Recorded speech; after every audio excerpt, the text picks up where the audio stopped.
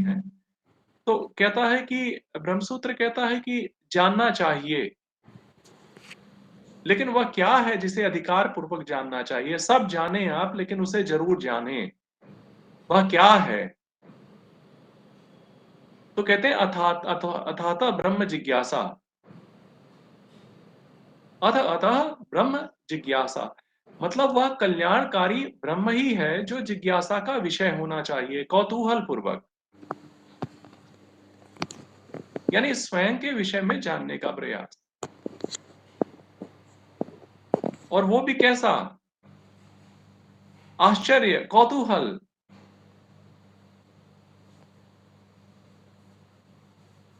तो प्रश्न उठता है, किम ब्रह्म? ब्रह्म कौन है? जन्मादस्य यतः, ब्रह्म सूत्र का दूसरा सूत्र, जिससे सब उत्पन्न है, जिसमें स्थित है, अंततः जिसमें लय हो जाएगा, यह वही ब्रह्म है। ब्रह्म का अर्थ होता है बृहद, बड़ा। बृहद अर्थात जिसे सीमाओं में, जो सीमाओं के परे हो। आप जितना बड़ा सोचते हो ये उससे भी बड़ा है, जितना छोटा सोचते हो ये उससे भी छोटा है। आप इसे सीमाओं में नहीं बांध सकते।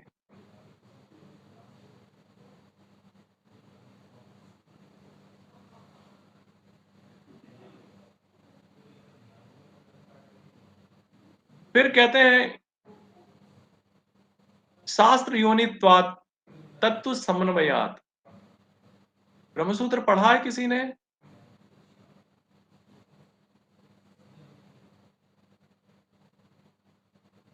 प्रस्थान त्रयी 3 ग्रंथ हैं।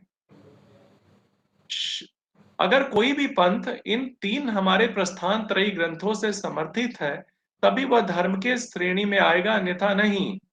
और ये 3 हैं, श्रीमद् भगवद गीता, उपनिषद और ब्रह्मसूत्र।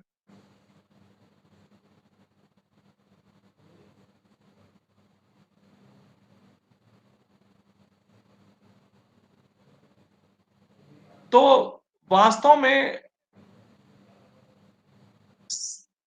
सूचनाओं को प्राप्त करने के विविध माध्यम हैं। लालच के माध्यम से अगर किसी चीज को, लोभ के माध्यम से किसी चीज को प्राप्त करने का प्रयास करेंगे तो फंस जाएंगे। जिज्ञासा के माध्यम से जानना चाहेंगे तो आपको सही चीज मिल जाएगी। जिज्ञासा मतलब उसके सत्य को जानने की कामना, ना कि उसके प्रयोग से धनार्जन की इच्छा। फिर तो माया का आवरण है, वो कभी सत्य को प्रकट ही नहीं करने देंगी। हम यहां भी सीख लें, हम वहां भी सीख लें, उससे भगवान ने भी अर्जुन को यही कहा कि जब नाना प्रकार के स्रोतों से प्राप्त विद्या से भ्रमित हुई तेरी बुद्धि स्थिर हो जाए, तब तो इस दोष को समझ पाएगा।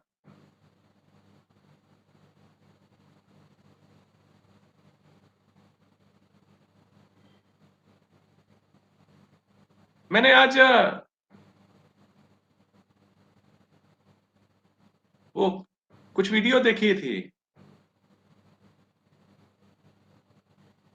क्या नाम है उनका, क्या नाम बताया था? कौशिक क्या था? कौशिक, क्या नाम बताया था उनका? राहुल कौशिक, कुछ ऐसे राहुल ही। कौशिक। राहुल कौशिक जी। राहुल कौशिक की मैंने वीडियो देखी थी, उसमें ऐसा कुछ भी नहीं है जो सीखे जाने की श्रेणी में आता हो। आकर्षक हो सकता है, लेकिन भ्रामक है वो। गुरुजी अभी उनकी, मैंने जब कोर्स किया था तब 60,000 रुपए थे और अभी उनके 3 लाख रुपए हैं। वो 50 लाख हो जाए, शायद लोगों को लगे कि पैसा देने से वो बेहतर सीख लेंगे। जी गुरुजी।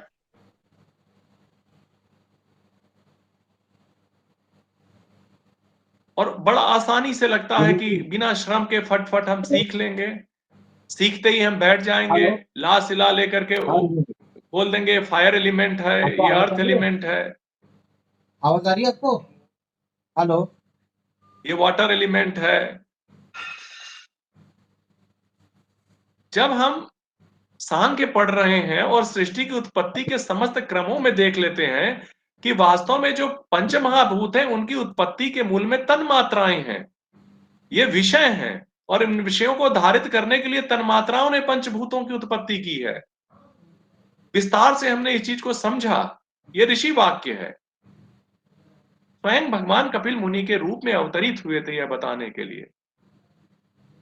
तो उस ईश्वर की वाणी पर संदेह करके हम अन्य स्रोतों से चीजों को धारण करें,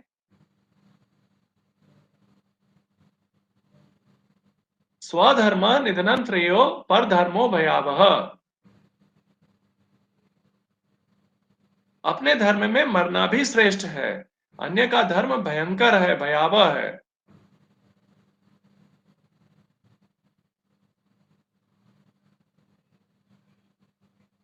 क्या फर्क पड़ता है अगर बहुत कुछ न सीखा हो? जो सीखा है कम से कम सीखने के लिए सीख तो लिया है। सूचनाओं का बहुत सारा श्रृंगार दिमाग में इकट्ठा करने से केवल भ्रम उत्पन्न होता है। तो ये विषय है पढ़े जाने वाले। साथ में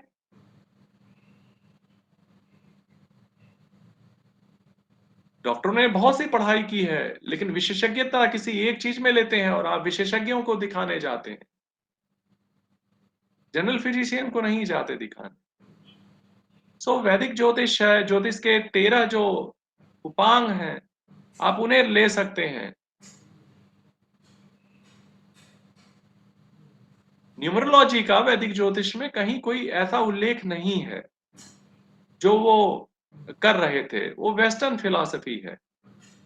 हो सकता है पश्चिम उन पर ज्यादा विश्वास करता हो, भरोसा करता हो, लेकिन वेदों ने जितनी अच्छी व्याख्या की है ज्योतिष की और किसी ने नहीं की है, और ये बहुत ही सरल है और जटिल भी है।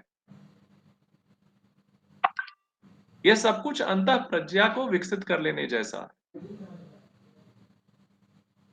और भारत के जितने भी दर्शन हैं उसके मूल में मुक्ति ही है, आत्मज्ञान ही है। तो जिज्ञासा तो आत्मज्ञान की ही होनी चाहिए सभी को।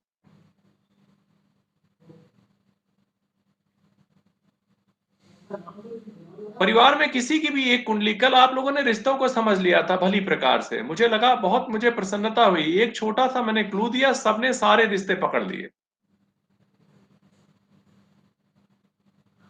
अब जैसे चचेरे भाई का अगर हमें विश्लेषण करना हो तो हम कैसे जान पाएंगे चचेरे भाई का किस भाव से? पहले पापा के भाव पे जाएंगे, फिर पापा के भाई के भाव पे जाएंगे, ये फिर पाप भाई शब्द के से पापा बना, पाप शब्द से पापा पुत्र। बना है। हमारे यहाँ धर्म पिता होते हैं। ये पहले पिता के में जाएंगे, फिर पिता के भाई के में जाएंगे, मीन्स पिता के से भाई। थर्ड, टेंथ हाउस से थर्ड हाउस, फिर थर्ड हाउस का पुत्र मीन्स पंचम हाउस। ऐसे 3 स्टेप्स में जाएंगे। हाँ तो बताओ कौन सा आएगा वो बताओ। 10 से पहले जाएंगे 10वें हाउस से थर्ड, मतलब 11, 12, 1 लग्न। लग्न से फिर लग्न में लग्न पे हम आओगी गए पापा कि के 12वें भाई भाव को। पे आओगी? लग्न दसम, पंचम, दसम से द्वादश, द्वादश से तृतीय, तृतीय से 10, 11, सप्तम। 12, अरे 12 सीधे से भाव बताओ। चतुर्थ हाउस आएगा। हाँ चतुर्थ हाउस आएगा सर, चतुर्थ। ठीक है, अब धन्यवाद चतुर्थ गुरुजी। आया ना? चतुर्थ भाव गुरुजी। Yes yes sir. बिल्कुल। 10th से थर्ड, 12th से पंचम, फोर्थ, चतुर्थ हाउस। तो कहने का आशय ये था कि परिवार में किसी एक व्यक्ति की भी अगर कुंडली मिल जाए तो हम उस कुंडली के माध्यम से ही उसके परिवार के सारे लोगों की कुंडली देख सकते हैं।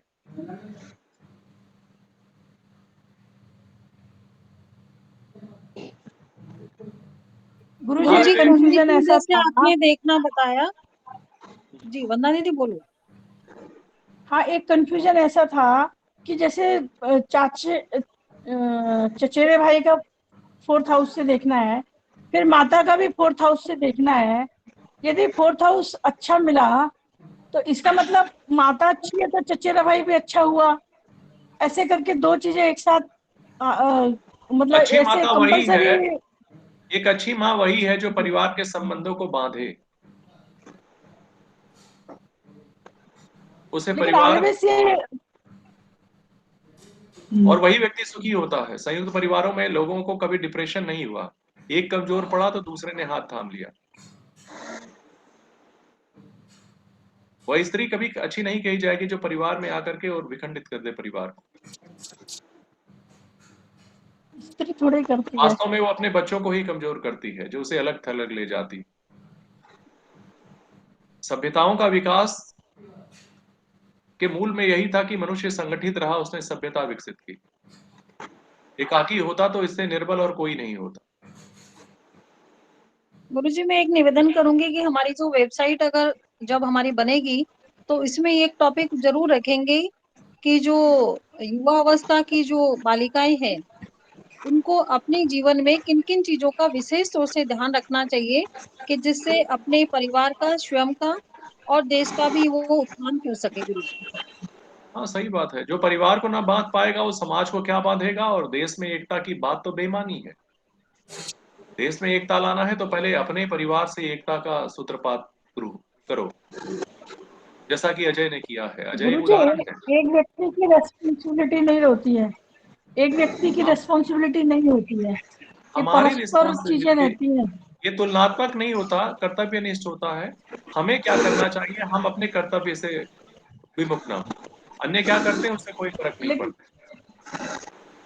जरूरी नहीं कि हम अपना कर्तव्य पूरा करें तो उससे परिणाम निकल ही जाएंगे। परिणाम के तो वैसे भी कर्म फल के लिए मनाही है गीता में।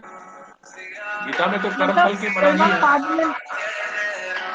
कर्म फल के विषय में कहा भगवान ने कहा है सोचने के लिए, केवल कर्म करने के लिए कहा है। हाँ भैया प्रणाम।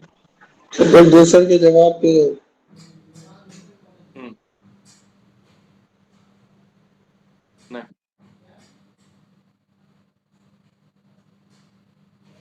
हम्म, हम्म,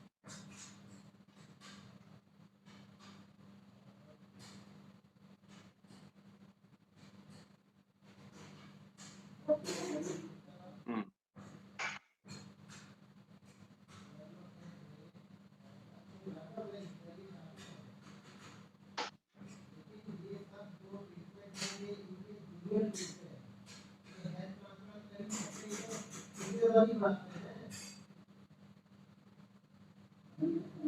बहुत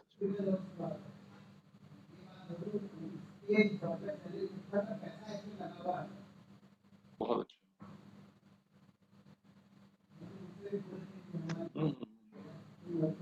हाँ हाँ, बहुत अच्छा।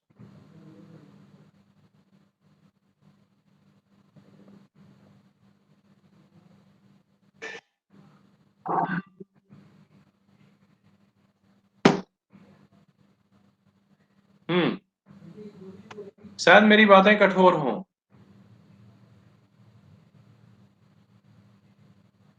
और हो सकता है कई को रुचिकर न लगे।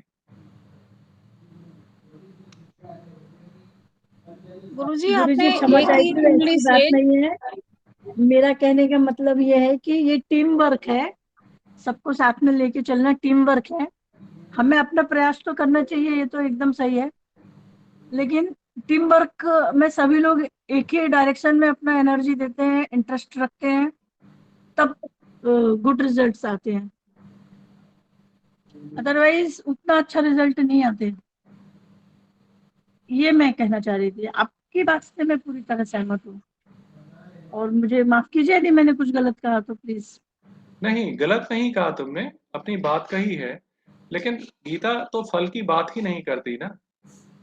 वो तो कहती है कि तुम्हें ये पता होना चाहिए तुम्हें क्या करना है, तो वो करो। कैसे करना है वो भी बताया है। प्रणाम और जी गुरुजी। गुरुजी। और बिना किए तो कोई रह भी नहीं सकता ना, न ही कश्चित कर्मपि जातु तिष्ठति कर्मकृत्। प्रणाम गुरुजी। मैं ऐसे परिवार से हूँ जहाँ की मतलब मायके में भी ऐसा पूरा भाइयों का सम्मिलित परिवार था, और ससुराल में मेरे अभी ससुर जी काफी मतलब अब रहे नहीं तीनों, लेकिन अभी भी उनके भाइयों में हम लोगों में मतलब बंटवारा हुआ ही नहीं है, एक चूल्हे पे खाना बनता है। आज भी अगर कोई जिम्मेदारी आ जाती है तो हम लोग सारे निभाते हैं, मिलके निभाते हैं। उसमें थोड़ा कोई गरीब है, थोड़ा अमीर है, किसी की अच्छी आमदनी है, किसी की नहीं है, लेकिन कोई कहीं भी रह सकता है, कोई कहीं भी जा सकता है, कोई किसी से भी मदद ले सकता है। और ये सबकी जिम्मेदारी, एक फोन कॉल हो जाए तो सबकी जिम्मेदारी हो जाती है, सब निभाते हैं। मेरे ही घर में 4 बच्चे हैं 3 माताओं से, पता ही नहीं चलता कौन किसका बेटा है, तुम देखोगी पता ही नहीं चलेगा। नहीं, अभी तो मैं ये बता रही हूँ मेरे ससुर जी के, यानी उनके बाद के बच्चे, फिर मेरे बच्चे, फिर अब समझ रहे हैं 3-4 हाँ, पीढ़ियों से चल रहा है ये। और ये बहुत एक अच्छी बात है, ये बहुत अच्छी बात है। वो बच्चे बहुत बहादुर होते हैं, ढीठ होते हैं, डरते नहीं हैं। गुरुजी हम तो साल में एक बार जाते हैं मेहमान जैसे, और ऐसे टच एंड होकर के आ जाते हैं। हमको उस पे भी अपनी टेंशन लगी रहती है। अभी तो हमारा उड़ीसा से एक परिवार आया मेरे साथ, वहां कर रहे थे, पंचकोसी आए थे मेरे पास। अब उस बच्ची ने अपना, जब वो 11th में थी, 10th में उसने टॉप किया, 11th में थी तो किसी से इमोशनली अटैच हो गई, और उसके माता पिता ने उसके साथ बुरा व्यवहार करना शुरू कर दिया, डांटा और सारी चीजें हुई। उसने छोड़ तो दिया लेकिन भूल नहीं पाई, और दुनिया भर की चीजें हुई, और अंत में उसने अपने नस काट ली। तो माता पिता डर गए, और फिर उसका इलाज करवाया, सारी चीजें की, लेकिन फिर से उसने अपने आप को संभालने की कोशिश की। लेकिन अब उसे लगता है कि माता पिता को कंट्रोल में करने के लिए 3 बार नस काट चुकी है। जैसे उसने कहा बाहर पढ़ने जाने के लिए, माता पिता ने कहा नहीं, बस नस काट दी। अब वो डर गए।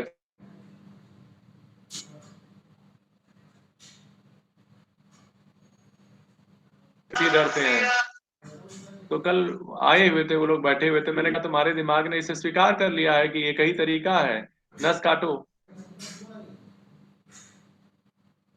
उसके दिमाग में बैठ गया अच्छे से कि ये जान तो देने की गुरु जी तकलीफ है। मदद मदद से समझती है। लेकिन दीदी एक बात देखी जा रही है, लोगों के अंदर सहनशील शक्ति, जो एक बहुत अच्छी शक्ति मानी जाती, खत्म हो चुकी है, एकदम नहीं है। आज स्कूल में बच्चे, टीचर बच्चों को डांट दे रहे हैं, सुसाइड कर ले रहे हैं, कुछ भी, क्या ऐसा हो रहा है? देखो इसके पीछे जो हमने उन्हें इस तरीके से बना दिया है। शास्त्र कहता है 5 वर्ष तक बच्चों को दुलारो, 5 वर्ष से 14 वर्ष तक जितना सख्ती कर सकते हो उतनी सख्ती करो, और 14 वर्ष के बाद उनके साथ मित्रवत व्यवहार करो। और होता यह है कि बच्चों की सारी इच्छाएं पूरी करते चले जाते हैं आप 14 तक, उसे पता ही नहीं चलता कि जीवन में संघर्ष क्या है। और जब आवश्यकताएं आपकी क्षमता से ऊपर जाती हैं और आप मना करते हो, तो वही बच्चा आपके ऊपर रुष्ट होना शुरू करता है। लेकिन जिस समय आपको शक्ति दिखानी चाहिए थी, उस समय आपने दिखाया नहीं। बच्चों इसी को डर ये से पता तो, होना चाहिए। हम लोगों का इस डर बचपन ही से मार खाते पीता। हम लोग को तो रास्ते में कोई भी पीट दिया करता था, स्कूल में मास्टर मारते थे, घर पे पिताई मारते थे, चोट लगती थी तो घर पे पहले धुलाई होती थी, उसके बाद इलाज होता था।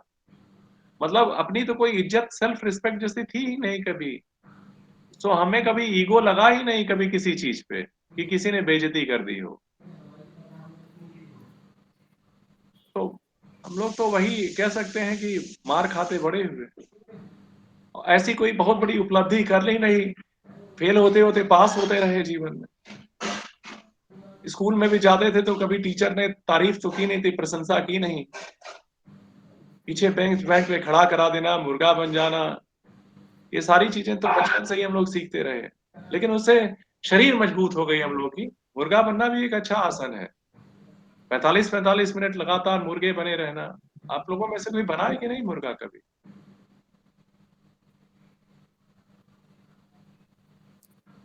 हेमा तुम मुर्गा बनी हो? योगाभ्यास में सिखाते हैं मुर्गा बनना। जी गुरुजी, बचपन में जो हमारी एक मिश्रा ताई जी थी, मतलब टी तो टीचर ही वो, लेकिन गांव की थी, तो हम उन्हें मिश्रा ताई जी कहते थे। वो जब भी हमारे मतलब टेबल याद नहीं होती थी तो मुर्गा बना देती थी वो हमें। हाँ, लेकिन मुर्गा बनने से मैंने कभी कुछ सीखा नहीं। हम लोग टांग नीचे से रख के एक दूसरे से बात किया करते थे उस समय भी। तो इसीलिए बच्चों की शरारत मुझे आज भी बहुत कम लगती है। मैं खुद में बहुत शरारती था, और अपनी इज्जत कभी हम लोग को मिली ही नहीं, तो कभी सेल्फ रिस्पेक्ट वाली भावना भी नहीं रही। इसलिए कभी लज्जा नहीं आती कहीं भी बोलने में और अपना पक्ष रखने में। प्रज्ञा चक्षु, मैं अपनी माँ को केवल इसलिए बहुत स्नेह करता हूँ कि उसने मेरे दिमाग को इस योग्य बनाया कि मैं सीख सकूं। उसने कभी मुझे जबरदस्ती चीजें नहीं याद करवाई।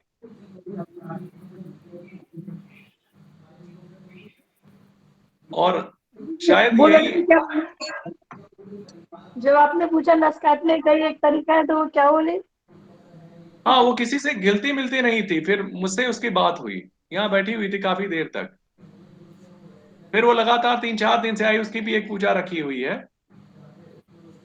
और उसके कुछ दोस्त यहाँ मैंने परिचित करवाए हैं, कुछ लड़कियों से उसकी मैंने मित्रता करवाई है, जिससे उसे अकेलापन न लगे। उसके माता पिता को मैंने समझाया कि कुंडली में इसके देश के बाहर जाने का योग है, तो ये जाएगी, इसे प्रोत्साहित करो। एग्जाम क्वालिफाई कर लेती है तो जाए। तो ठीक है, उससे मेरी बात होती है। कभी वो आएगी अगली बार तो मैं आप लोगों को उससे मिलाऊंगा। अभी उसने अपने दिमाग में कर लिया कि अब कोई नस वस नहीं काटेंगे? किसी को किसी चीज के लिए रोको मत, नहीं वो वही काम करेगा। वो समझ गई मगर कि अब नहीं काटना है। मेरे साथ हुई है घटना। भोर में फोन आया था मेरे पास, आप गुरुजी बोल रहे हैं। मैंने कहा रात में गहरी नींद 2 बजे। मैंने कहा मुझे नहीं पता मैं कौन बोल रहा हूँ, अभी तो मैं सोया हुआ हूँ। सोए आदमी की कोई आइडेंटिटी नहीं होती, वो कौन है, वो तो एक लाश की तरह होता है। और तुमने जला दिया। मैंने कहा मैं आत्महत्या करने वाली हूँ, जा रही हूँ। मुझे बहुत गुस्सा आई। मैंने कहा सुबह सुबह दिमाग खराब कर दिया निगेटिव न्यूज सुना के। मैंने कहा ठीक है, तुम्हें करना है तो कर लेना चाहिए था। ये मरते मरते मुझ भले आदमी को क्यों फंसाते जा रही हो। हमारी कॉल ट्रेस होगी, होगा अंतिम आदमी कौन था जिसे कॉल किया, तो मेरा नंबर निकाला जाएगा। तुम तो मरो, मैं पीछे फंसू, मैं तुम्हें जानता भी नहीं कौन हो तुम। खैर, अब तो उसके पास बच्चे हैं और वो बैंक में अफसर है, उसके पति भी अफसर हैं। तो जिंदगी कैसे बदलती है हम नहीं जानते। वो बच्ची जो आत्महत्या करने जा रही थी आज बैंक अधिकारी है। खैर, जीवन में आप लोगों को भी ऐसे बहुत से अनुभव होंगे जब आप इस कार्य को कर रहे होंगे लोगों की भलाई के उद्देश्य से, न कि इस उद्देश्य से अधिक धन कमा ले। सिर्फ एक ही चीज कहूंगा कि एक निष्ठ हो, अनावश्यक भटके नहीं। और इन विषयों को हम कैसे अपनी अगली कक्षाओं में लोगों को सिखा सकते हैं, तो उस पे हम लोग फोकस करें, और जो कुछ भी सीखें उसका हम लोग प्रायोगिक परीक्षण करते चले। ये चीजें केवल सूचना मात्र बनकर न रह पाए। गुरुजी क्षमा करें, मैं एक प्रश्न पूछना चाह रही थी।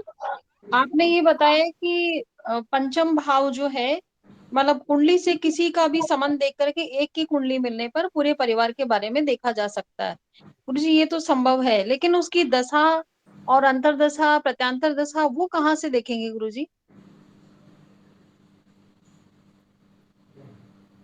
इसके लिए तुम्हें अलग अलग चक्रों को देखना होगा। जैसे पंचम भाव के विषय में जब विचार करती हो, तो पंचम भाव के लिए चक्र बना हुआ है, वो है D24।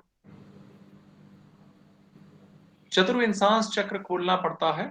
चतुर्विंशांश चक्र वास्तव में संतान का ही चक्र होगा, उसके संतान की जो दशा चल रही हो। चतुर्विंशांश की भी विंशोत्तरी होती है ना, हम लोगों ने देखा था। दशमांश की जैसे विंशोत्तरी है, नवमांश की है, सप्तमांश की है, उसी तरह चतुर्विंशांश की विंशोत्तरी है, उससे पता चलेगा। जी गुरुजी, फिर तो सप्तमांश नवमांश सबकी विषोत्तरी हो गई गुरुजी। और एक चीज और ध्यान रखना है, ये कभी भी चीजें खत्म नहीं होती। न तो ये प्रारंभ है न अंत है। एक चक्का है, समय का घूम रहा है ऐसे, ये पूरा एक चक्का 120 वर्ष का ऐसे घूम रहा है।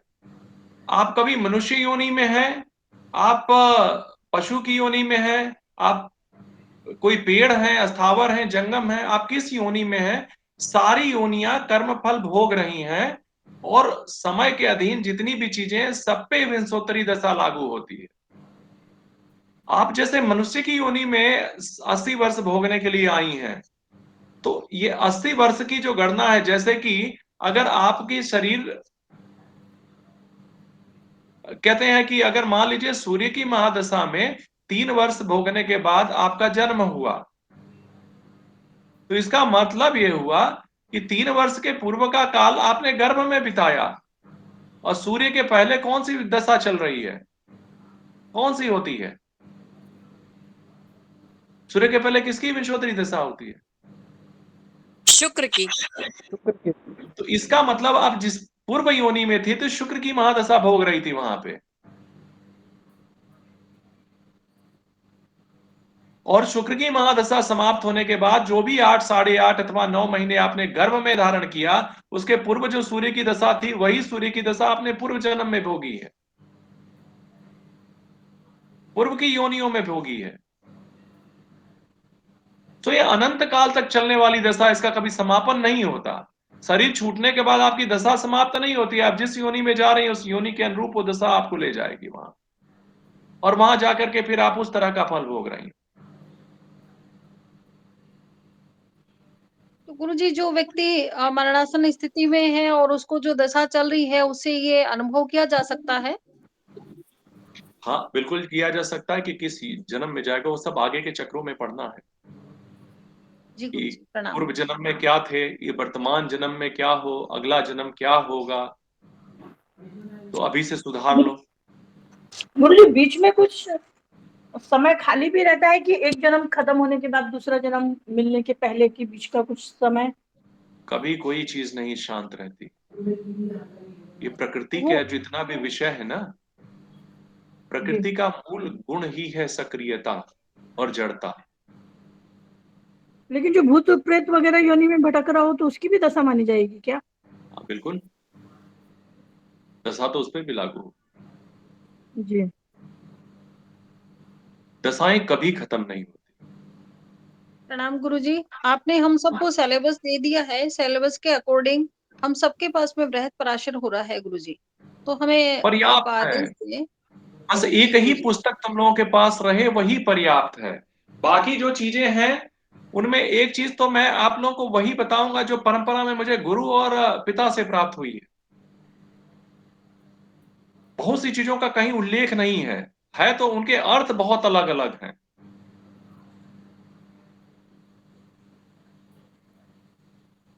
और शायद मुझे नहीं लगा कितने जीवित व्यक्ति होंगे जो कि इन चीजों को जानते और करते होंगे। जो है वो मौन की अवस्था में चले गए। निखिल तिवारी, गुरु जी घर तो बता क्या है? निखिल, क्या खोजे हो? तुरंत चला जाता है निखिल। जी गुरुजी। हाँ, क्या बोलना चाहते हो बताओ। गुरुजी, हम ये जानना चाहते हैं, जैसे आपने बताया कि अभी एक ही कुंडली से पूरे घर की बताया जा सकता है, कुंडली के विषय में, उनके विषय में। तो क्या मतलब उसके लिए ग्रह कौन कौन से आएंगे, ये भी क्या बता सकते हैं आप? 9 ग्रह हैं। नहीं, जिस नवग्रह हैं भाव का लेकिन विचार, जिस, एक मिनट, जिस एक पिता की कुंडली नहीं है, पिता की कुंडली का विचार दसम भाव से करते हैं। अब दसम भाव को लग्न मान लो, दसम भाव को लग्न मान करके और उसे को आधार बना के पूरे पिता की कुंडली का विचार करो।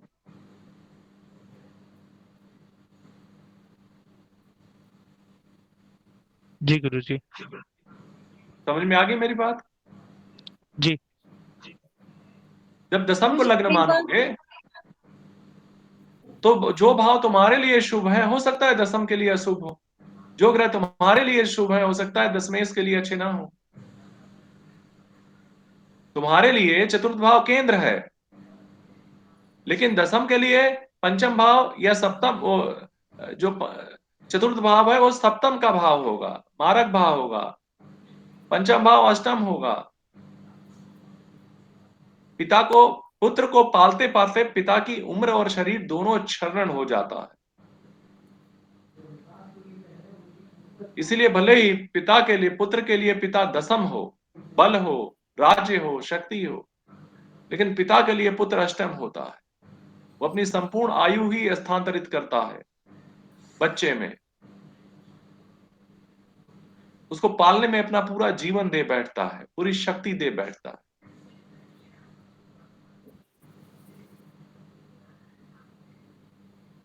ये केवल एक भावात्मक पक्ष है जिसकी वजह से जुड़े हैं, नहीं तो संतान वास्तव में सिवाय एक इमोशनल सपोर्ट के और क्या दे सकती है।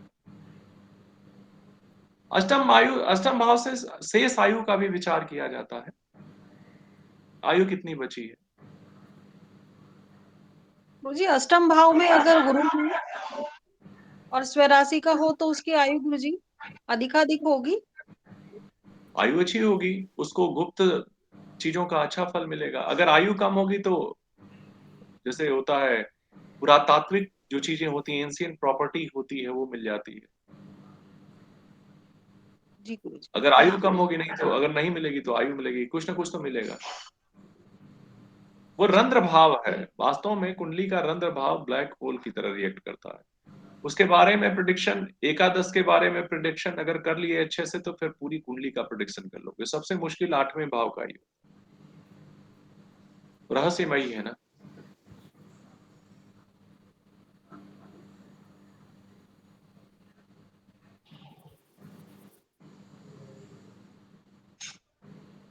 तो ये सारा का सारा सिलेबस है, इसे अच्छे से देख लो। आप लोग इसमें क्या क्या सीखना चाहते हो, कैसे कैसे सीखना चाहते हो, वो देख लो। मैं जानता हूं प्रारंभिक स्तर पे बहुत सी चीजें आप लोगों ने सीख ली हैं, लेकिन एक व्यक्ति की कुंडली देखना एक संपूर्ण समूह की कुंडली देखने से थोड़ा सा अलग होता है। इसके अतिरिक्त सजीव और निर्जीव की कुंडली देखने का विधान अलग है,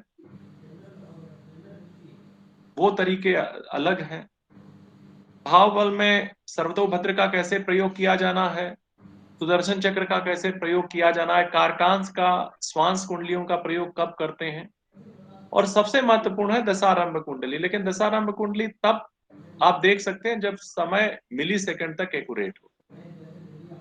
अगर दशारंभ कुंडली केवल पता चल जाए तो पता चल जाता है कि इसकी पूरी दशा बीतेगी कैसे, फिर ज्यादा देखने की आवश्यकता नहीं है, केवल वो देखने से ही पता चल जाएगा। फिर लग्नपात कुंडली बनती है। कुंडलियां तो इतनी बनती हैं कि पूरी एक ट्रेन भर जाए, इतनी ज्यादा कुंडली बनती है, इतने अंग उपांग है ज्योतिष के। कितना सीखेगा आदमी, सीखने की जिज्ञासा और सीखने की सीमा का कोई वो नहीं है, और छोर नहीं है। हम जो सीखें भले तरीके से सीखें। बागेश्वर धाम जी ने केवल ये सीखा है कि सिद्धि उन्हें हनुमान जी की प्राप्त है, बस और कुछ नहीं, लेकिन उसी के बल पे उन्होंने बहुत ख्याति अर्जित की है। अच्छे अच्छे काम भी कर रहे हैं वो।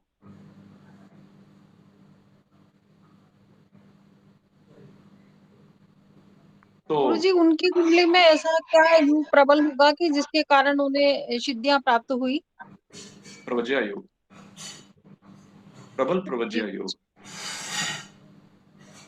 गुरु जी सूर्य प्रबल होना चाहिए ना प्रसिद्धि के लिए। प्रसिद्धि किस तरह की चाहिए आपको? लग्न का सूर्य केवल है प्रसिद्धि के लिए। 12वें भाव के ज्यादातर ग्रह मुक्ति के लिए, मुक्त करते हैं, और असली साधक तो मुक्त होता है हर चीज से। जो मुक्त होता है वही सारे ऐश्वर्यों से युक्त होता है। भोगी व्यक्ति तो केवल और केवल मकर जाल में फंसा हुआ परेशान रहता है।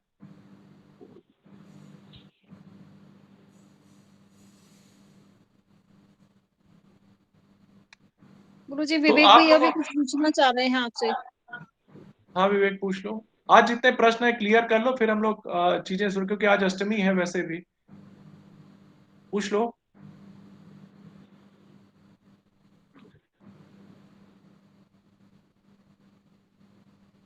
विवेक भैया आप कुछ पूछना चाह रहे हो? आपका हैंड राइज है। Vivek Garg, has raised a hand. Hello, नमस्ते जी। नमस्ते विवेक जी, कैसे हैं आप? मैं बढ़िया हूँ। मैं खाना बना रहा था अभी, सुन भी रहा था, क्योंकि मेरे यहाँ 2 मित्र आए हुए हैं, तो उनके लिए खाना बना रहा था। अतिथि देवो भव, ठीक है। एक साथ 2 कार्य कैसे कर लेते हो? जी, मैं आपका एक तो पूरा रिकॉर्ड करता हूँ और रात में बैठ के ये पूरा सुन के फिर लिखता हूँ। तो उसमें कुछ काम लायक बात निकलती है तुम्हें? अब मुझे ये कहना था गुरुजी कि हमारा ये जितना भी सिलेबस है, उसमें तो एक चीज़ ये है कि संडे को इसका रिवीजन रखा जाए। तो कम से कम 6 दिन जो पढ़ाया है, वो भले ही नवीन और हम सब लोग मिलके आपस में चर्चा कर लें। हम क्या सबको अगर कोई भी डाउट जैसा रहता हो तो 6 दिन उसका मतलब एक पूरा एक एक चैप्टर ये एक जो हमारा एक पार्ट है, उसको पढ़ के हम जैसे आपने पूरे 6 दिन पढ़ाया, उसका एक संडे को रिवीजन करके वो रखा जाए और महीने के एंड में आप उसका उसका टेस्ट भी लीजिए। तो मेरा ये कहना है कि वो हम 1 महीने में हमने कितना पढ़ा और इसमें किस-किस को क्या-क्या समस्या आ रही, तो हमारा हम सब एक साथ मिलके चलेंगे तो अच्छा रहेगा। कोई कोई बंदा पीछे ना रहे। कोई भी विद्यार्थी अगर पीछे रह जाएगा, तो वो कक्षा का मतलब नहीं है, जो हम क्योंकि हम गुरुकुल परंपरा के अनुसार पढ़ रहे हैं। तो हमारा ये कहना है कि सारे विद्यार्थी साथ में एक साथ बढ़ते चलेंगे तो आगे चल के एक ही स्तर पे रहेंगे, तो हर तरफ की जो अगर कभी भी समस्या आती है, तो एक-दूसरे को समझाते हुए आगे ये इसी तरह से गुरुकुल में पढ़ाया जाता था। तो एक तो जो हफ्ते भर में पढ़ा है, वो उसका संडे को टेस्ट हो जाए, या चर्चा हो जाए, और जो महीने भर में पढ़ा है, उसका महीने के एंड में एक बार चर्चा हो जाए। ये मेरा थोड़ा-सा आपको निवेदन था। अगर मेरी तरफ से कोई विवेक कहाँ रहते हो? क्या जी? विवेक कहाँ रहते हो आप? गुरुजी मैं तो उज्जैन में रहता हूँ ना। हाँ, आप तो उज्जैन में रहते हैं, कोई मुंबई में भी रहता था। मैं तो बच्चा अभी बड़ा फिलहाल मेहनती दिल्ली आया है। हुआ हूँ। अच्छा, ठीक है। मुझसे कोई त्रुटि हो गई तो क्षमा कीजिएगा। नहीं, त्रुटि नहीं है। त्रुटि नहीं। बस हम लोग को एक चीज़ का ध्यान रखना है कि हाँ हम जी। लोग समय ऐसी निश्चित रखें, जिसमें कि जब हम लोग पढ़ रहे हों, तो उस समय केवल पढ़ रहे हैं। हाँ जी। और दूसरा ये कि सबकी वीडियो ऑन करा दें क्या? जिससे पता चले कि सबको सब देख रहे हैं। हाँ जी, ये ना करा हो कि जी ये ना सर, हो गुड कि आइडिया, बहुत गुड अच्छा आइडिया रहेगा गुरुजी, गुरुजी ये तो। बहुत अच्छा रहेगा। ये ना रहे कि विविध भारती की तरह गाना बज रहा है, चलो काम कर रहे हैं, क्या फ़र्क पड़ता है? देखिए, पार्वती जी ने सबसे पहले वीडियो ऑन राम कर गुरु जी। दिया। गुरुजी मैंने भी गुरुजी ऑन तो कर हम लोग दिया। बहाना करते राम हैं कि गुरु मेरा जी, नेटवर्क आइडिया तो स्लो है, बहुत अच्छा है इसलिए वीडियो वीडियो ऑन नहीं वाला, चल पाएगा। लेकिन आवाजें डिस्टर्ब करेंगी। नहीं, आवाज़ तो म्यूट हो गुरु सकती जी, है ना? सभी का वीडियो ऑन हो जाएगा तो आवाजें डिस्टर्ब करेंगी। ज़रा ऑन करके नहीं नहीं, देखो। आवाज म्यूट रहेगी। अच्छा कर दो अच्छा, वीडियो हम ऑन तब लोग तो करो। अच्छे ठीक से है। तैयार होके आएंगे।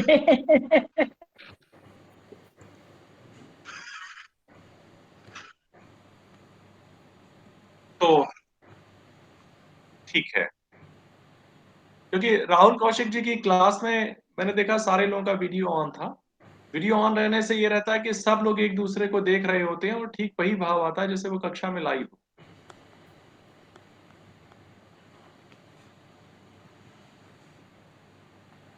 जी वही बात। गुरुजी, मैं तो कंसंट्रेट करके ही पढ़ती हूँ, हमेशा क्लास ऐसे ही करती हूँ, बैठ कर अच्छा, अच्छे से। पार्वती जी आपने इसके पहले भी कहीं पढ़ाई की है ना ज्योतिष की? गुरुजी मैंने बीएचयू से किया हुआ है, डिप्लोमा किया है, 2 साल का यूजी और 1 साल का पीजी किया है, बीएचयू से ही। तो क्या बचा रह गया आपको पढ़ने के लिए? पढ़ने के लिए गुरुजी ये रह गया कि ग्रह गोचर से कैसे कुंडली देखते, फलादेश करना नहीं आया। कमाल है। और एक ये और एक रेखा, नहीं कुछ अपना भी शौक है ये रेखा, और वो क्या शून्य, ये अभी तक समझ में नहीं आया। पढ़ा जरूर, पर उसका क्या फलादेश में यूज है, कैसे करना है, ये नहीं आया। नियम सारे जानती हूँ, पर उसको इम्प्लीमेंट नहीं कर पाती।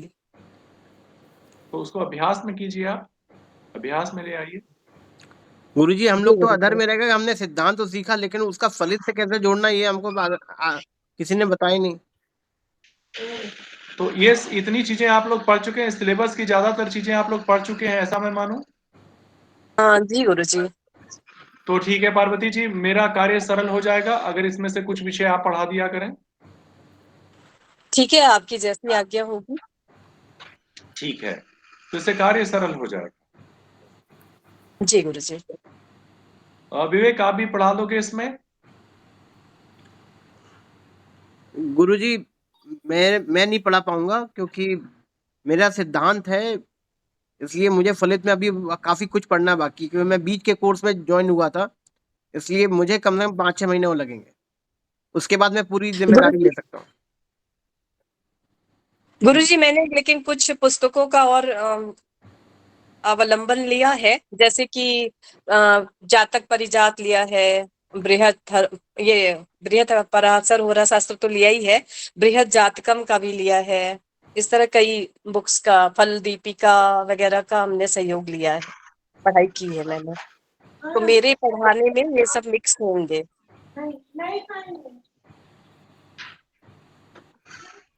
समस्या यही है। ज्योतिष की तो पूरी चाहे वास्तु हो चाहे कुछ हो, सारी सम्रांगण सूत्रधार, मतलब बहुत बड़ी बड़ी पुस्तकें है मेरे पास।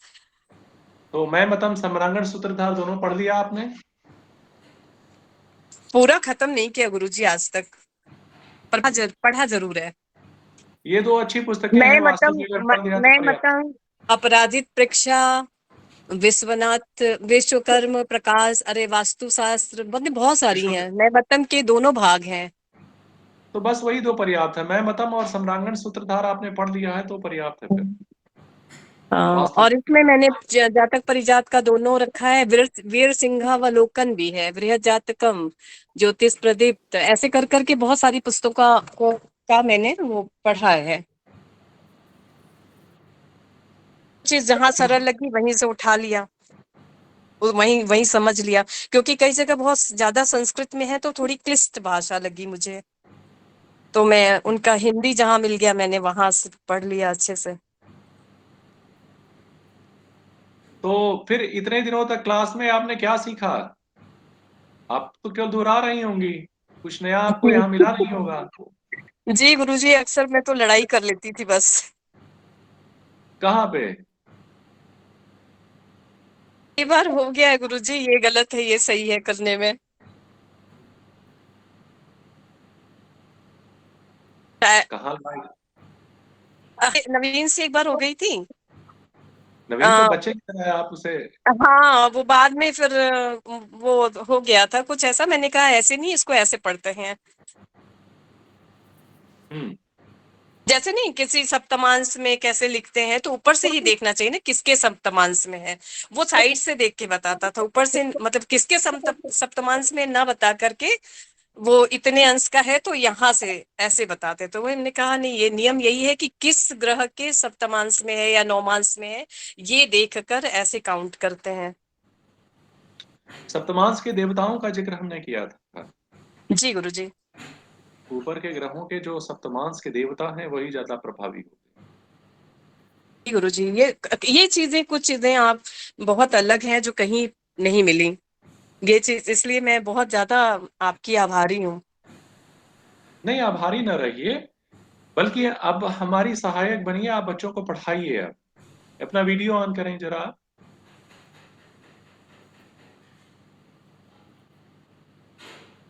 आप टीचर लगती भी हैं और कंट्रोल कल भी लेंगी। वीडियो ऑन है, माइक भी ऑन कीजिए। दीदी आवाज नहीं आ रही है। गुरुजी मैंने टीचिंग की है। हाँ, वो आपके चेहरे से लग रहा है। हाँ। आप अच्छा पढ़ा भी लेंगी, इससे हम लोग का कार्य सरल होगा और चीजों को गति मिलेगी। ठीक है गुरुजी। और पर सब्जेक्ट का मतलब प्रकरण जो पढ़ाना होगा वो निर्धारित रहना चाहिए, पूर्व निर्धारित रहे तो ज्यादा अच्छा रहेगा। इसीलिए मैंने भेज दिया है सारा, जी। इसीलिए मैंने भेज दिया है, ठीक है। और आप उसे देख करके उसी क्रम में पढ़ाएंगी, और जी। इससे कार्य हम लोग का सरल होगा। बल्कि मैं ये चाहता हूं कि जो हम लोग की अगली कक्षा चले उसमें से लगातार हम एक एक विषय सेलेक्ट करते हैं कि कौन क्या पढ़ाएगा, और मैं आकर के उस पर कुछ बोल दिया करूं। कैसा रहेगा वो? जी गुरुजी, जी अच्छा जी रहेगा। गुरुजी, एक एक पीपीटी सब लोग बनाएंगे एक एक टॉपिक पे, और ठीक है। 10 मिनट 15 मिनट एक एक को देंगे तो वो अपना प्रेजेंट करेंगे गुरुजी। आज अजय की आवाज जब नहीं वो आ रही है, बोलेंगे तो अजय कहाँ है? बीच में कोई नहीं बोलेगा, फिर लास्ट जी में आज अजय क्वेश्चन भैया पूछेंगे। नहीं है क्लास में। गुरुजी मैं इतनी टेक्नो नहीं हूँ कि मैं पीपीटी बना पाऊं, तो मुझे या तो पहले लर्न करना पड़ेगा, तो मैं उसके चक्कर में नहीं पड़ूंगी, लेकिन मैं पढ़ा दूंगी ऐसे। ठीक है, ठीक है, तो हम लोग ऐसा ही करते हैं। और हम बस एक चीज का ध्यान रखेंगे, महर्षि पराशर के अतिरिक्त हम कहीं नहीं जाएंगे। गुरुजी, ठीक है। गुरुजी मैं आपसे एक चीज कहना चाह रहा था। बोलो। जैसे आपने पराशर सूत्र का कहा, क्योंकि हम सबने बहुत जगह से बहुत कुछ पढ़ रखा है, और आपने मुझसे कहा भी था कि बहुत जगह से पढ़ने से माइंड थोड़ा कंफ्यूज भी हो जाता है। तो क्योंकि मैं किसी और के लिए नहीं कहना चाह रहा, लेकिन अभी तो हमें यही समझना है, क्योंकि मैंने इतनी जगह से पढ़ा कि क्या पढ़ना है और क्या छोड़ना। तो ये थोड़ा सा मेरे लिए अभी 6 महीने इसलिए मैं समय ले रहा हूँ, क्योंकि मुझे आपके निदान निर्देश पे ही मैं आगे बढ़ना चाहता हूँ। तो उस हिसाब से मैं अपने आप को सिद्धांत, होरा और फलित, जब तीनों का ही सम्मिश्रण होके जब मैं एक ज्योतिषी के रूप में तैयार हो जाऊंगा, तभी मैं किसी को पढ़ाऊं। वो ज्यादा ठीक रहेगा कि एक दो विषय पे पहले पारंगत हो जाए और उसका पीपीटी बना के दें, वो ज्यादा ठीक रहेगा। आप बताएं जैसे। न चौर्यहार्यम न च राज्य भार्यम, वो कहते हैं ना। न भ्रात भांजम न भारकारी वै कृते वदते नित्यम विद्याधनम सर्वधनम प्रधानम। विद्याधनम सर्वधनम प्रधानम, वेरी गुड। तो इसमें आपका उत्तर शायद छुपा हुआ है विवेक। व्यय कृते वर्धते नित्यम। तो जितना व्यय करोगे इतना ही बढ़ेगी। ठीक है जी। गुरुजी एक मेरा भी प्रश्न है हाँ। कि बृहद पराशर होरा शास्त्र में जो देखो, बृहद और लघु कुछ नहीं होता, इसे केवल पराशरी कहो, पराशरी हो रहा शास्त्र। ओके गुरुजी, इसमें ये है कि ग्रहों का जो होता है ना, एक ग्रह किसी एक ग्रह का सभी भाव में फल या फिर किसी राशियों में फल, ऐसा नहीं लिखा है, तो वो थोड़ी सी समस्या है उधर, अगर केवल कभी एक ही इसको चीज, देखना। इसमें केवल एक ही चीज नहीं लिखा, लेकिन हाँ, इसके लिए तुम अगर एक बार भृगु संहिता देख लो। हाँ, भृगु भृगु संहिता है मेरे पास। जी तो भृगु संहिता में प्रत्येक ग्रह भावों में जाके किस तरह से फल देते हैं, अभ्यास के लिए अच्छा है।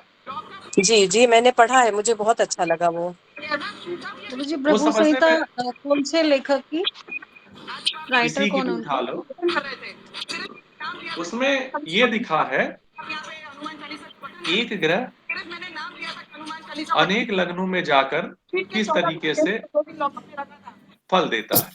अब जैसे उदाहरण लेते हैं, मेष लग्न की कुंडली है, मेष लग्न की कुंडली में लग्न में सूर्य का क्या फल होगा?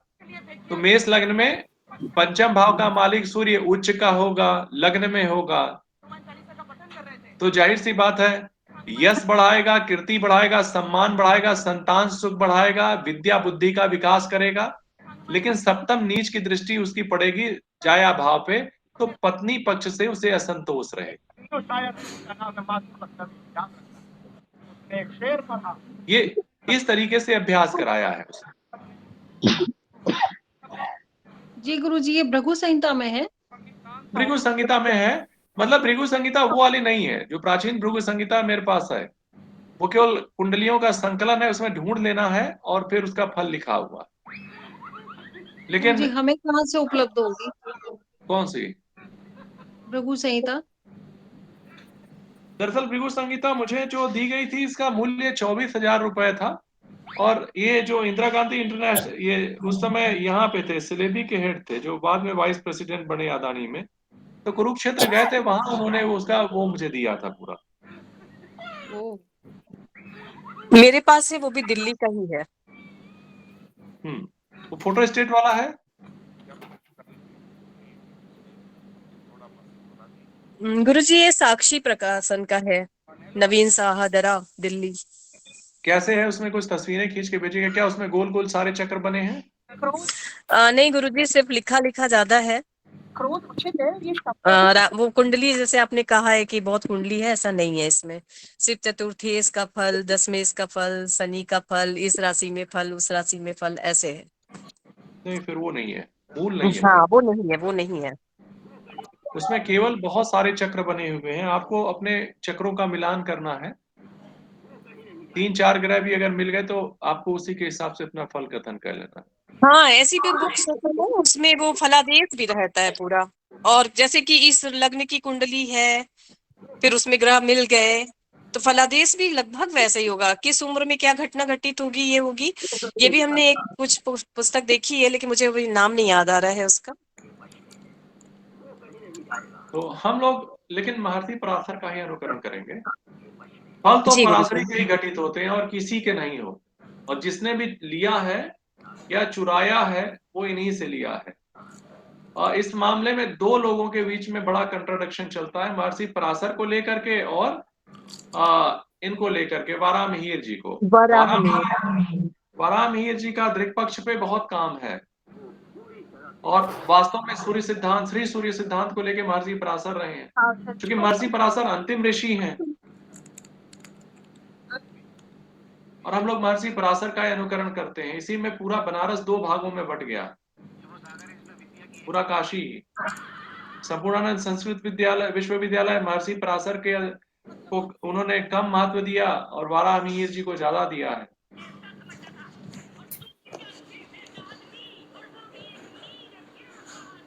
गुरुजी तो फिर नवीन को सब लोग टॉपिक दे दें क्या, जिस टॉपिक पे बोलना है?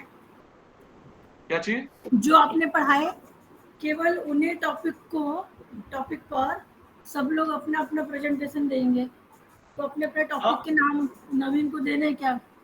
और दूसरी बात कि हमें ज्योतिष पढ़ना ही नहीं, ज्योतिष सीखना है, और समग्र रूप से हमें इसको लोगों के सामने रखना है।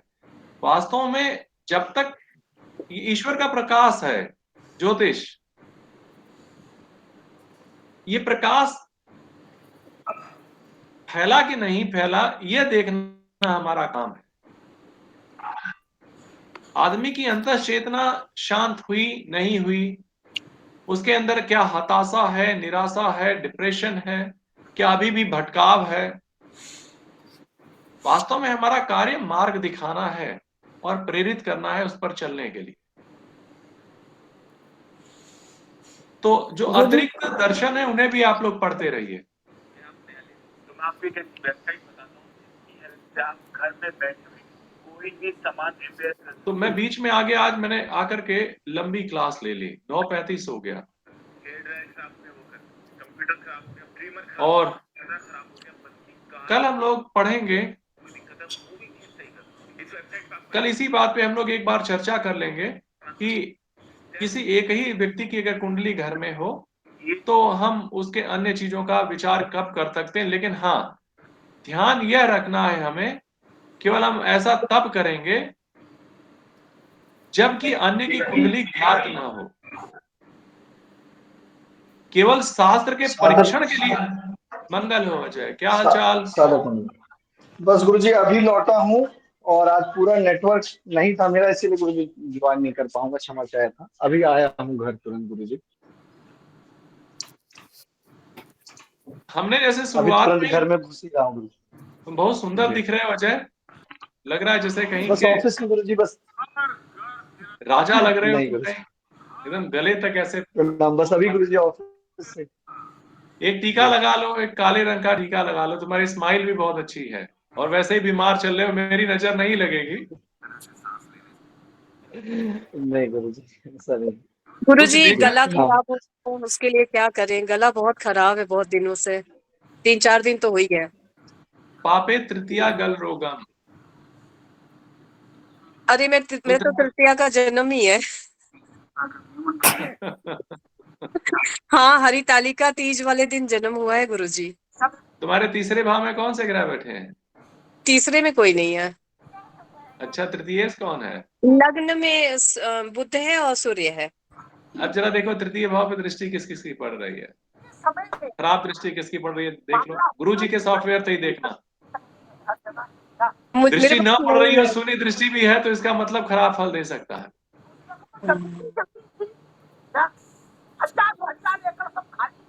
हाँ, बचपन में भी बहुत टॉन्सिल वगैरह बढ़ा ही रहता था, अक्सर मैं डॉक्टर के पास पहुंची रहती थी। लेकिन आवाज तो आपकी बहुत मधुर है। नहीं, अभी तो बहुत गला बैठा हुआ है। ठीक है। गुरु जी हमारी जो चाची जी हैं, सादर प्रणाम। वास्तव में गुरु जी उनकी वाणी बहुत ही मधुर है गुरु जी। तो माँ मैंने सरस्वती की संयोग, कृपा है गुरु जी। इन्होंने बहुत सी पुस्तकें पढ़ रखी हैं और अभी जो सिलेबस हमने भेजा है इसका बहुत बड़ा हिस्सा इन्हें पता है क्या पढ़ाना है। तो मैं सोच रहा हूँ कि पठन पठन के कार्यों में इनका सहयोग ले लिया जाए। जी गुरु जी जी। तो चलें, अजय, वंदना, हेमा, पार्वती और नवीन, तो 5 कक्षाएं तो ये ले लेंगे। मंगलम, ये 5 कक्षाएं गुरु ले जी लेंगे। क्षमा चाहूंगा। आज गुरु जी मैं जरा मतलब क्या डिस्कस हुआ है आज हम लोगों ने, क्योंकि सिलेबस तो मैंने देखा है ग्रुप में गुरु जी। आज हम लोगों ने हमने सिलेबस इसलिए दिया है ना कि हम लोग एक दिशा दे सकें कि हमें इस तरीके से पढ़ना है, ठीक गुरु जी, बहुत हमें अच्छा। इस तरीके से पढ़ना है। और इसमें बहुत जी सारे लोग हैं जो कि पढ़ चुके हैं विषय को। तो जो नई कक्षा शुरू होगी वो क्रमशः अलॉट हो जाएगी किसको क्या पढ़ाना है। और अंत में जैसे छठे दिन अथवा प्रतिदिन ही सही उन विषयों पे आकर के एक बार मैं विस्तार से व्याख्या दे दिया करूंगा या जैसा तय होगा। ठीक है गुरु जी। इसे हम लोग अच्छा कर पाएंगे और बेहतर अच्छे से कर लेंगे। जब योगी आदित्यनाथ साल 2017 में मुख्यमंत्री बने तब एक अधिकारी ने आप सभी अपनी प्रोफाइल देख टाइमिंग आप कौन सी कार खरीदना चाहते हैं। गुरु जी, टाइमिंग हम लोग क्लास की वही 8 से 9 ही रखेंगे गुरु जी, या उस पर भी विचार किया जाएगा? अब देखो हम लोग को 2 काम करना है। एक तो वेबसाइट के माध्यम से जो डाटा हमारे पास आएगा उसमें हम इस चीज का रिसर्च जी करेंगे, एक्चुअल रिसर्च करेंगे कि ग्रहों की वर्तमान परिस्थितियों में क्या क्या प्रभाव और कैसे कैसे प्रभाव पड़ रहा है वास्तव में। जी तो हमारे पास जो डाटा होगा वो एक तरह से अनुभव होगा जिसे हम लोगों के बीच साझा कर सकेंगे। मेरी एक याद का और वो मुझे ये याद दिलाता रहेगा जी मेरी नहीं है। मैं यार तो एक तो वो होगा जो लगातार हमारी सोच को और ऊपर लेता जाएगा, हमें ज्यादा प्रैक्टिकल और व्यवहारिक बनाएगा। दूसरा, हमारी तरफ से लगातार वीडियो जारी होंगे, जो हमारी तरफ से लगातार वीडियो, क्योंकि आज मैं देख रहा था बोलने की कला और उसका प्रेजेंटेशन, हम में से कुछ लोग अजय इतने भैया, अगर वो राहुल कौशिक जी का जो वीडियो था ना वो गुरुजी ने देखा था आज, क्योंकि आप क्लास में नहीं थे इसलिए। आज हेमा से कौन सी बात हुई दीदी? थी। राहुल कौशिक जी का वीडियो जो था ना गुरुजी, वो देखा था गुरुजी ने। अच्छा, बहुत अच्छा बहुत अच्छा। ठीक है दीदी। और हम सभी लोग पहले तो एक संकल्प लें, प्रतिज्ञाबद्ध हो जाएं।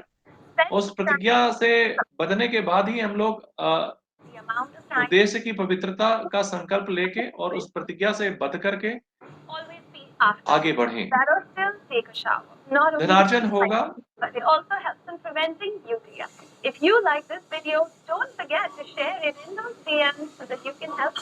क्षमा करें गुरुजी, मैं एक अपना अवगुण बताना चाहती हूँ आपसे।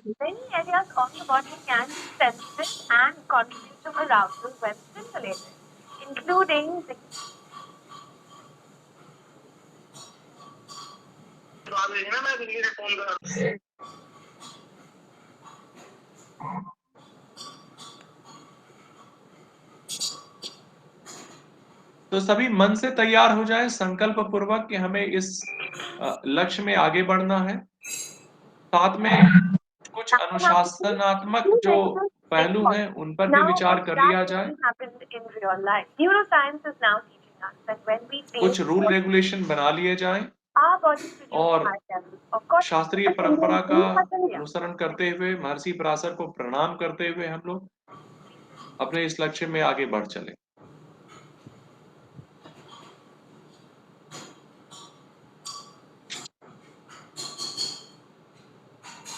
तो ठीक रहेगा ऐसा।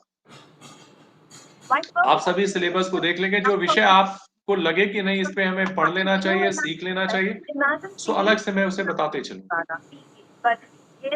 गुरुजी सिलेबस का फर्स्ट 9th चैप्टर तो आप करवा चुके हैं।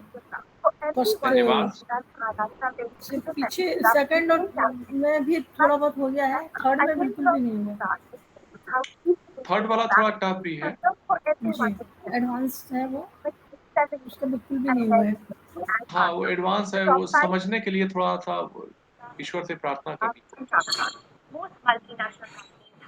और भी बहुत सी ऐसी चीजें हैं, लेकिन पहले मैं ये देखूं कि वास्तव में जैसे कुछ गुप्त विधाएं हैं, वो साधना का विषय है। तो जिसकी आसन सिद्धि शुरू हो गई होगी उसे कुछ चीजें बताएंगे। फिर जिसका वाणी पे वाणी शुद्धि हो गई होगी, मौन व्रत हो चुका होगा, उसे फिर वो चीजें प्रकट की जाएंगी। फिर जिसने प्राणायाम को सिद्ध कर लिया होगा उसे फिर सारे रास्ते बताए जाएंगे, क्योंकि तब शरीर वाणी और मन तीनों शुद्ध हो चुका होगा, तभी वो धारत कर भी पाएगा, नहीं तो खुद भी नष्ट करेगा, दूसरों को भी नष्ट कर देगा। देखना आसन सिद्धि, मौन व्रत, प्राणायाम कितने लोगों का सिद्ध हो चुका है। गुरुजी, लेकिन मैं तो आर्ट ऑफ लिविंग से जुड़ी हूँ और सहज और एडवांस कोर्स किया उसका, तो मैं वही करती हूँ साधना 2015 से। आपके वो स्टेटस में देखता रहता हूँ। वास्तव में ये सब व्यायाम है, वो सब केवल व्यायाम है। प्राणायाम मतलब प्राण का आयाम है, वो विस्तार है सविता मंत्र के साथ, और मन का कोई ऐसा विकार नहीं जो शेष बचे। सुदर्शन क्रिया में सोहम के साथ जो श्वास लिया जाता है उससे फ्री रेडिकल्स काफी बढ़ जाता है और न्यूरोलॉजिकल कई लोगों को दिक्कतें आने लगती। गुरुजी प्रणाम। एक दिन बहुत प्रातः काल रिलैक्स मिला है। वो आंतरिक गति को शिथिल करने की प्रक्रिया दूसरी है शास्त्र की, जो कुंडली जागृत करती है, वो अलग है। प्रातः काल गुरुजी आप एक दिन हमारी क्लास लेंगे तो उस दिन हमें प्राणायाम की क्रिया जरूर सिखाइएगा गुरुजी, क्योंकि हमें प्रॉपर नहीं आता है प्राणायाम करना। प्राणायाम कोई सीख नहीं सकता, केवल अभ्यास कर सकता है। इसमें केवल श्वास का क्रम है, केवल 4 ही है, रेचक, पूरक, कुंभक और बाह्य कुंभक। इसी पे अपने आप को स्थिर कर लेना है। गुरुजी मैं यही करती हूँ। लेकिन गुरुजी करते तो हैं, लेकिन गुरु मार्गदर्शन में अगर किया जाएगा तो हमें और अच्छा लगेगा गुरुजी। एक बार प्रातः काल की जो क्लास लेंगे उसमें जरूर हमें आपके सानिध्य में करना है गुरुजी। ठीक है, कर लो, पहले आसन सिद्धि कर लो, मौन व्रत, फिर प्राणायाम पे चलेंगे हम लोग। नहीं शरीर फट जाएगी, शरीर कमजोर हो जाती है, शरीर कमजोर हो जाती है। प्राण का विस्तार इस भौतिक शरीर की सीमा से बाहर है। हमारी ये शरीर उस विस्तार के लिए नहीं है। गुरुजी मुझे बहुत डांटे हैं, एक बार तो मेरी सांस ही रुक गई थी। तो गुरुजी मैं 45 सेकंड तक सांस रोक लेती हूँ, तो मुझे नहीं रोकना चाहिए क्या? 45 सेकंड तक सांस, एक सांस लेकर रोकना बुद्धिमानी नहीं है। श्वास की समान गति होती है। सविता मंत्र के साथ आप लें सांस, उसके बाद उतने ही समय तक रोकें, उतने समय तक समान गति के साथ छोड़ें, और छोड़ने के बाद उतने ही समय तक रोके रहें। सविता मंत्र की एक आवृत्ति सिद्ध हो जाए तो दूसरी आवृत्ति पर चलें। मैं तो काउंटिंग करती हूँ, पहला तो 4 गिनती तक लेती हूँ, 16 गिनती तक रोकती हूँ और 8 गिनती तक छोड़ती हूँ। हाँ, ऐसा एक वो व्यायाम है। वो नहीं हुआ, ये सब व्यायाम है। हाँ, और कपालभाति जब करती हूँ, कपालभाति के बाद में 45 सेकंड तक सांस रोक के रखती हूँ। ये जीवन का सबसे कठिन काल होता है, प्राण को विस्तार देना। शरीर तड़पने लगती है, ध्यान रखें। और जब प्रकृति से मुक्त होते हैं तब उस चेतना का साक्षात्कार होता है। कई बार शरीर से बाहर विचरण करने लगता है व्यक्ति, लेकिन बाहर निकल जाए और वापस ना आए तो दिक्कत होती है, दोनों की अधोगति हो जाती है। इसलिए ये योग्य गुरु का साथ होना जरूरी है। और वास्तव में सांख्य इस पूरी साधना का मूल है। आप बैठे हुए सुनना बंद कर देते हैं अपनी इच्छा से, आंख खुली हो लेकिन देखा ही नहीं देता कुछ, अगल बगल कितनी भी गंध हो आपको पता न चले, जीवा पे कुछ भी रख दिया जाए स्वाद का पता न चले। यानी विषयों से इंद्रियों को पूरी तरह से अलग कर दे जाना, धीरे धीरे प्रकृति से अपने आप को अलग करके उस चेतना में स्थापित कर लेना है, फिर आप अमरत्व को प्राप्त करते हैं, वही मुक्ति प्रद है। ये सब ईश्वर ने, सॉरी, आसन सिद्धि कितने मिनट में, कितने नौ मिनट दंड का 3 घंटा 40 मिनट। तो बहुत मुश्किल है। जब मैं तो माला करती हूँ तो इतनी देर वैसे ही रहती हूँ। नहीं, वो सिंपल नहीं बैठना 5 है, माला। वो बिना हिले डुले बैठना है एक ही स्थिति हाँ में। हाँ, नहीं हाथ हिलता है बस, बाकी कुछ नहीं हिलता। कुछ भी नहीं हिलना है, वो भी नहीं मानी जाएगी, गुरुजी का कहना है। तो फिर माला में अलग से और कितना बैठूं? तो माला वगैरह केवल में तो हम आपको- भी बैठ जाते हैं, लेकिन गुरुजी का कहना है कि कुछ भी नहीं करना, सिर्फ एकदम कुछ भी सांस लेने में जितना हिलता है बस उतना ही बॉडी हिलाना है। और जब प्राणायाम चलता है, प्राणायाम में जब मंत्र पढ़ते हुए सांस लेना, बॉडी नहीं हिलती दीदी। और एक चीज ध्यान रखना कि वास्तव में इंगला, पिंगला और सुषुम्ना तीनों नाड़ियां हैं। जिस दिन दोनों नासिकाओं से समान रूप से वायु का प्रवाह जागृत हो, नहीं भैया मेरे पेट खराब, जिस दिन दोनों नासिकाओं से समान रूप से वायु का प्रवाह चलने लगे, उस दिन जान लेना कि सुषुम्ना खुल गई है। फिर साक्षात्कार होने लगेगा ईश्वर का, कहीं भी दुनिया में कोई भी चीज दिखने लगेगी। पता नहीं, मेरे साथ ऐसा नहीं हुआ है, मेरे साथ केवल एक ही घटना हुई थी कि बिना सांस के ही मैं स्थिर हो गया था, और बैठे बैठे मुझे तब समझ में आया जब मुझे लगा कि कोई मुझे पीट रहा है, और वो मुझे बहुत तकलीफ के बाद हुआ था, जो मैं तीसरी आवृत्ति में था। बहुत तकलीफ हुई, लगा प्राण चला जाएगा, लेकिन एक समय के बाद सब कुछ शांत हो गया था, कुछ भी नहीं हिल रहा था, मुझे लगा मैं कहीं दूसरी जगह हूँ। फिर बहुत मार पड़ी थी। खैर वो सब नहीं कीजिएगा आप लोग, वो सब नहीं करना गुरु चाहिए। जी पता नहीं यहाँ पे शेयर करना चाहिए नहीं करना चाहिए, या किसी से भी करना चाहिए कि नहीं। एक बार मेरे साथ ऐसा हुआ है कि मैं लेटी थी और मैंने अपने आप को देखा, मैं आधा उठ के बैठ गई और मैं अपना बॉडी पूरा अच्छे से देख सकती थी, और मैं सोच रही थी ये पड़ी क्यों है और मैं बैठी क्यों हूँ, और फिर मैं वापस सो गई, और फिर जब उठी तो ठीक ठाक थी। ये सब अनुभूतियां होती हैं, लेकिन वास्तविक विचरण जो होता है वो अलग होता है, उसके लिए बहुत कष्ट उठाना पड़ता है। प्राणायाम सबसे अधिक तकलीफ देता है, इसीलिए तो मैं कहता हूं कि आदमी कितना भी डिप्रेशन में हो, प्राणायाम कायदे से कर ले, दिमाग के अंदर के सारे विकार झाड़ देगा प्राणायाम।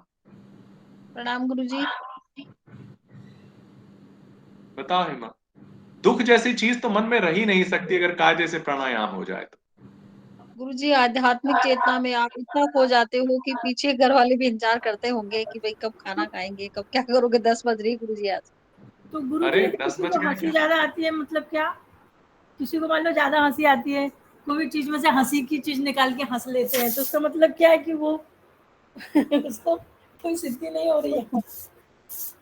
देखो, मैं जो स्वामी जी से मिला था, उन्होंने मुझे 4 मंत्र बताए थे, और वही पूरा दर्शन मुझे बहुत अच्छा लगा। उन्होंने कहा no money, no desire, no oil, no salt. लंबे जीवन के इन्होंने 4 मुक्ति वो दिखा दिए, न माता का पिता न पिता का पता, कोई कामना नहीं, कोई धन नहीं पास में, तेल खाता नहीं हूं और नमक त्याग रखा है, यानी स्वाद का भी कोई लेना देना नहीं है। जी गुरुजी, नमक को तो स्लो पॉइजन कहते ही है। तो ऐसी स्थिति में शिवानंद जी महाराज 127 साल के हो गए। इस पृथ्वी के ज्ञात सबसे वृद्ध जीवित व्यक्ति हैं। पार्वती, तुम्हें बुरा लगा होगा, कल शिल्पा शेट्टी का नाम लेने पे मुझे थोड़ा सा कठोर बोलना पड़ा। हाँ, मेरा थोड़ा उद्देश्य नहीं, बुरा तो नहीं लगा, लेकिन जब वो आई थी तब तो ये कुंद्रा उंद्रा का कोई केस नहीं हुआ था। दूसरी बात, वो केवल मैं योग की वजह से बोली थी और कोई वजह नहीं था। देखो, और मुझे मेरी बात उस सुनो, टाइम पे याद भी नहीं था। योग का अर्थ होता है जुड़ना। ये जो फिटनेस दिखाते हैं ना छोटे छोटे कपड़ों में, वास्तव में वो योग नहीं, वासना का प्रदर्शन है। वो मन के अंदर शांति नहीं, एक उत्तेजना पैदा करते हैं। समझने की जी, कोशिश जी, करो। बिल्कुल, बिल्कुल। नहीं, अपने ही गुरुजी को मानती हूँ और उन्हीं का ही सब करती हूँ, जैसा भी वो सीखा है, हम लोगों ने ट्रेनिंग ली है वैसे ही। उनसे 2 बार मिला हूं मैं। एक बार दिल्ली में मेरी उनसे मुलाकात है। जी, और गुरुजी। काफी बड़े-बड़े लोग उनके संपर्क में हैं। एक बार मुझे भी चरण छूने का मौका मिला था यहीं अपने बीएचयू में।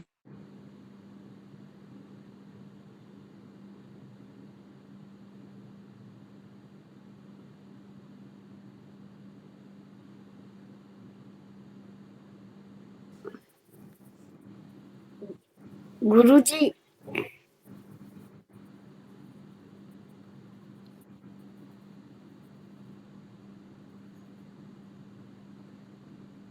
अजय जी, शायद गुरुजी डिस्कनेक्ट हो गए क्या? फोन आ गया होगा। फोन आ गया, फोन आ गया होगा। ठीक, मेरे पास एक भृगु संहिता है, बहुत सालों पुरानी है तो मतलब लेखक है भगवान दास मित्तल और Thakur Prasad and sons book seller, राजा दरवाजा, ब्रांच कचौड़ी, मतलब वाराणसी की ही लिखी हुई बुक्स है। और हाँ, और मैं जिस टाइम ली हूँ वो मूल्य 12 रुपए थे। क्या बात है। हाँ, तो वही सोच रही हूँ कि अब मतलब अब वो सही या क्या है, काफी साल हो गए समझ लीजिए। दीदी कितने पेज हैं इसमें? प्रणाम दीदी। हाँ जी, बोल रही हूँ 1000, मतलब 1018। अच्छा, तब तो बहुत बड़ी है, अदरवाइज तो पीडीएफ बन सकता था इसका, लेकिन बहुत पेज है।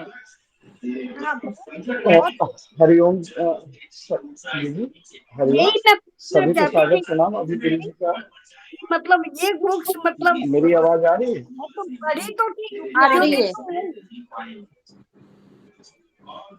है। अभी गुरु जी का फोन आया था, गुरु जी का लैपटॉप डिस्चार्ज हो गया है, तो अब हम लोग कक्षाओं को आज के लिए यहीं पे स्थगित करते हैं। और अमरेश जी, हरिओम। जी हरिओम। हाँ, शांति मंत्र का पाठ करें।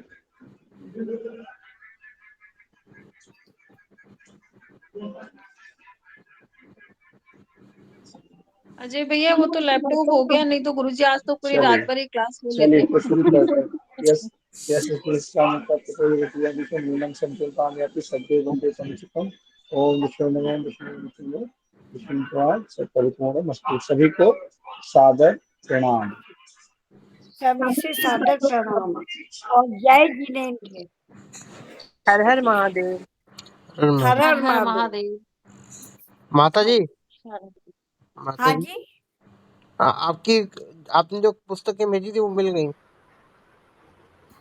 बहुत अच्छा। आपको कैसी लगी? पढ़िएगा, जी, मैं देखिएगा। अभी दिल्ली में हूँ, मेरी माता जी ने वहाँ पे ग्रहण करी है उज्जैन में, तो मैं अभी जब अच्छा अच्छा, 3-4 दिन बाद पहुंचूंगा उज्जैन तब मैं देखूंगा। हाँ, नहीं नहीं, जरूर। बहुत बहुत धन्यवाद। और कभी जैन धर्म का इतिहास मेरे को मिला या चॉइस तीर्थंकर है ना, हाँ जी, उनकी कहानी मैं आपको जरूर भेजूंगी। अच्छा जी, बिल्कुल, मैं अभी पढ़ ही रहा हूँ। उसमें और अभी विश्व का सबसे उसमें बड़ा कृष्ण और जैन विष्णु। ग्रंथालय भी उज्जैन में बना है, उसका भी मैं आपको भेजूंगा। हाँ, ठीक सर। ठीक, नमस्कार। अच्छा हाँ, जय विवेक जी, नमस्कार। विवेक